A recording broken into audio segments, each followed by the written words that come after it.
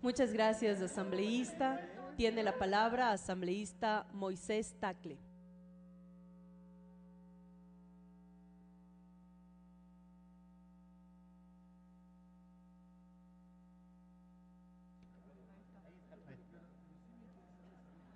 Señora Presidenta, señores y señoras asambleístas, ciudadanos que nos escuchan y nos ven en este momento.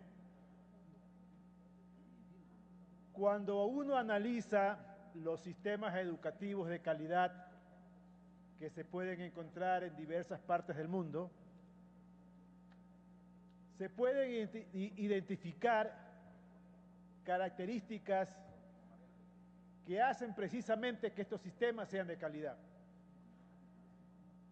Y entre ellas quiero mencionar, obviamente, aquellas que muchos identifican y concuerdan. El sistema educativo debe contar con una infraestructura física adecuada, pero también debe contar con una infraestructura tecnológica acorde a las necesidades del siglo XXI. Es decir, laboratorios que permitan la enseñanza de las ciencias bien equipados y sobre todo las tecnologías de la información. Pero también se debe contar con un sistema de estudios actualizado que responda a las exigencias y necesidades de la sociedad a la que se quiere servir. Es decir, esto que algunos llaman la revisión curricular, que responda, repito, a la solución de los problemas y necesidades de la sociedad. Pero también es importante la participación de la familia. No solamente los profesores, sino también los padres y los familiares de los niños y las niñas que van a las escuelas y los colegios deben participar activamente en el proceso educativo. Y luego viene el tema de la importancia que se le da en la sociedad a la educación. En esto se puede ver que en distintas sociedades, en unas se da una alta prioridad a la educación y en otras no se estima a la educación en la misma medida.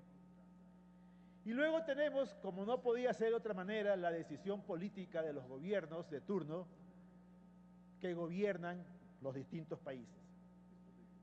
Cuando los gobernantes no se dan cuenta que la educación es probablemente una de las actividades que más incide en el desarrollo económico y social de un país, obviamente no está dentro de sus prioridades de asignación de recursos la educación.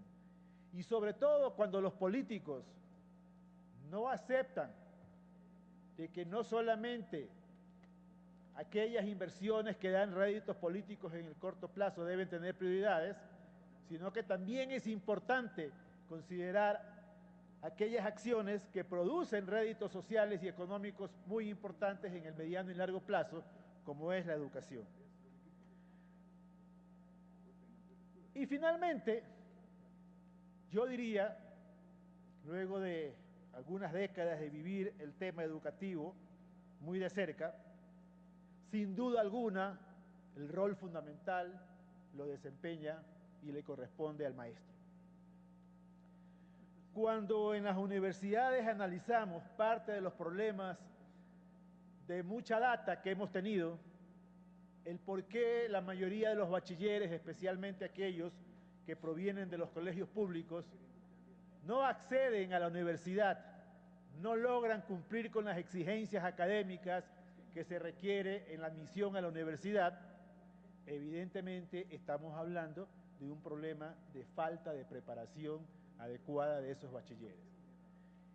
Y las estadísticas lo demuestran claramente, incluso luego de los grandes esfuerzos realizados últimamente para mejorar la calidad de la educación, seguimos teniendo un porcentaje muy alto de bachilleres que no logran aprobar los exámenes de ingreso a las universidades ecuatorianas.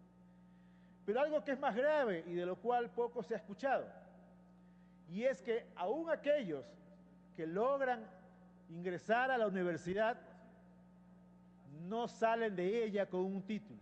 Más del 50% de los estudiantes que logran ingresar a la Universidad Ecuatoriana nunca se gradúan, ocasionando con ello un grave desperdicio de recursos que son importantes para el desarrollo de nuestro país. Por ello, yo, como educador de toda la vida, no puedo ver sino con beneplácito de que finalmente en el Ecuador se quiera hacer un esfuerzo serio para mejorar la preparación de nuestros docentes, de nuestros maestros, aquellos que tienen que jugar un rol fundamental en la formación de los futuros bachilleres y por consiguiente de los futuros estudiantes que puedan acceder exitosamente a la universidad pública o privada de nuestro país. El tema de los docentes no se puede limitar solamente a la preparación adecuada de ellos. Sin duda alguna, la creación de esta Universidad Nacional de Educación es un paso importante, pero también hay que analizar otros aspectos de los cuales poco se ha dicho y que tienen que ver con los profesores en una sociedad. Cuando uno nuevamente se refiere a modelos exitosos en otras partes del mundo, se puede constatar que los profesores no solamente son bien capacitados, sino que además son bien remunerados.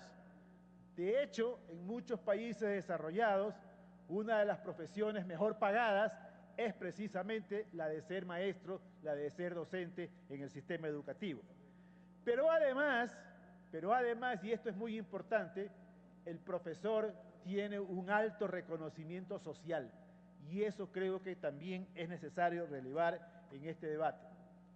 Por ello, mi apoyo a esta iniciativa y quisiera señalar que al igual que lo hice en el debate correspondiente a la creación de la Universidad de las Artes en la ciudad de Guayaquil y que hice algunas observaciones que creo que son pertinentes porque además recogen lo que está en la Ley de Educación Superior y como las he presentado por escrito para cada una de las 4 universidades que se está analizando en esta asamblea, no me voy a referir nuevamente a ellas y me voy a limitar solamente a plantear una observación que es pertinente específicamente para esta Universidad Nacional de la Educación y que tiene que ver con la elección de las principales autoridades de la nueva universidad.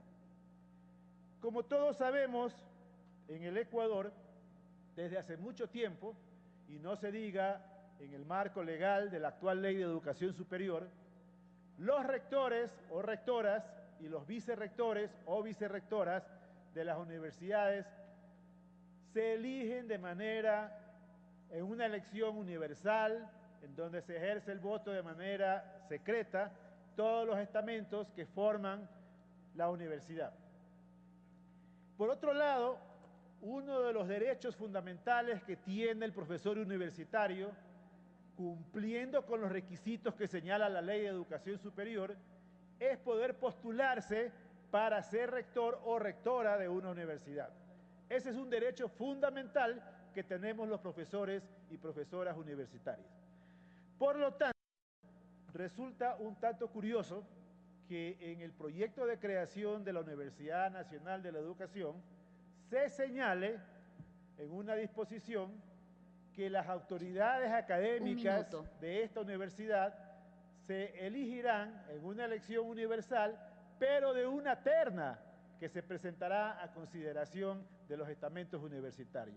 Yo creo que eso va en contra claramente de lo que establece la actual Ley de Educación Superior. Y por lo tanto, la recomendación, entendiendo de que de alguna manera en la Constitución aprobada de Montecristi se habla que tiene que hacerse de esta forma la elección de las autoridades, se analice seriamente las implicaciones legales que esto tendría dentro de la estructura actual de cómo se nombran las autoridades universitarias en las distintas universidades públicas y privadas del Ecuador. Muchas gracias, señora presidenta.